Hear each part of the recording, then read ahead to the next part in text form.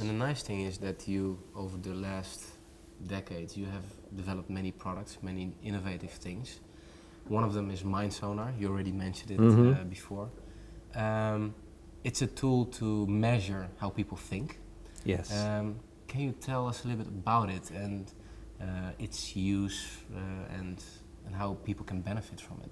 Yes, well, it's quite a long story, so let me see how I can sort of condense that. Well, Mindsonar basically measures metaprograms, will probably be known to a lot of people, so thinking style elements, you could say. From that, it constructs graphs and texts about explaining how somebody thinks.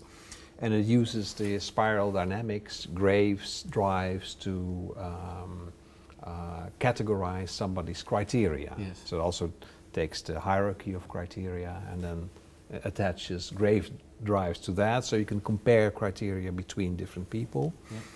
And so once you know how somebody thinks, there's lots of things you can do with that. Yeah. So, to name just a few sort of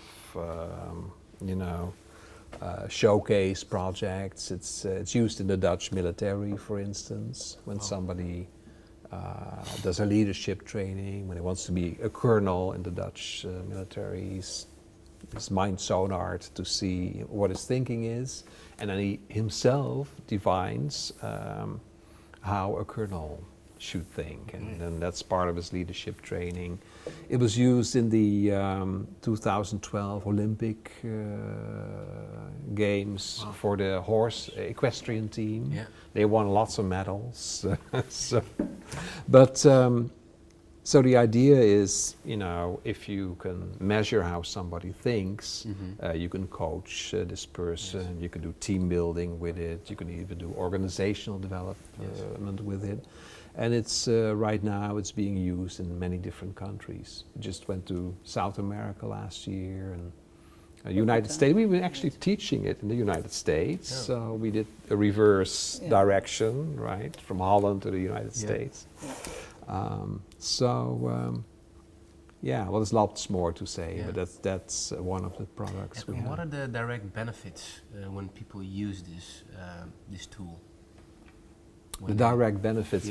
Well, it's that way. For instance, if you need to, measure how people think, and you need to measure 100 people, it's very easy to do that with Mindsonar. Yeah. Also, it's standardized. We needed a new secretary ourselves. The finances first, I did it. It always, rested. Then we had a new secretary. She didn't come around. Then we said, well, take the Monday off. She didn't do it. So then we said, well, when we have a new secretary, it needs to be someone who is more into, if you do it just only when she has the same setup as us, the finances won't work. So we need somebody with another, profile. Other meta program. So we did. We interviewed her with the meta programs, and we said, well, she has to be different on these. Yeah. So and since then now. So you can use it also for recruitment. You can use it in business. You can use team building. Team building is very. It's used in BMW for their salespeople. But we really needed a procedural person in our office. Right now, I am very interested in, growing old in a vital, vibrant way. Well, you were when you were young, because you have done this whole research. Yes, I did together with Robert Dills. We did a project about that, longevity project. But now I'm, trying to get people who are either very good at longevity, so they're like 80, 90 years old and very healthy, or are very good at recovery. For instance, they had a very serious illness and they recovered from that in a very good way, to fill out a Mindsonar about that. Okay. So we can sort of, construct a benchmark profile of what healthy thinking is. Okay. So we really, and then of course once we have that, then we can propagate that kind of thinking in movies or interviews or trainings or books or whatever. We first have to find those people to fill out Yes. Yeah. So anybody Somebody who who- wants to can Yeah. go to the Mindsonar website Yeah. and get a code and fill out their Mindsonar, and they will all receive the whole Mindsonar report for Okay. free. All right. Yes. Anybody who wants to?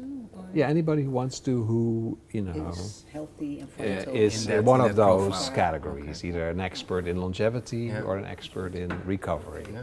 And where does the name Mindsonar come from? So, what is this? It was first Yeah, meta it was first called analysis. meta profile analysis. It's still called Mindsonar meta profile analysis. Yeah. But that, one of the problems with that was that it is different in Romanic languages. So it's MPA in Yeah. Germanic languages, but it is MP in French languages. Yeah. So I couldn't trademark that. Yeah. So I was looking for a name which Yeah. was, easy to remember Catchy. and, Yeah. and catchy, and Yeah. was the same in all the languages. Yeah. So we just got the American trademark. It's just now trademarked in the Yeah. United States too. And the sonar part, what is that? Is it something to do with dolphins?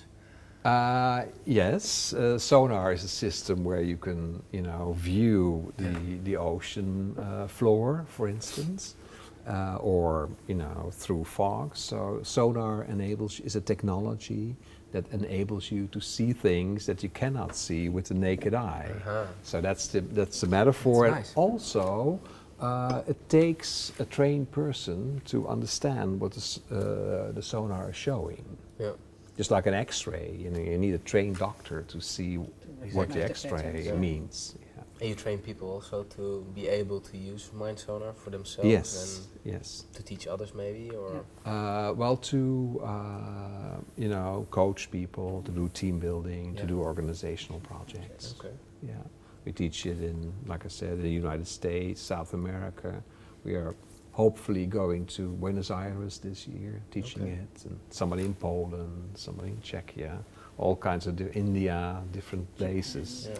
Japan, yeah. So you guys travel a lot, huh? Well, Yeah. Yeah, just but starting. yeah, and we like to limit it a little bit Yeah. too.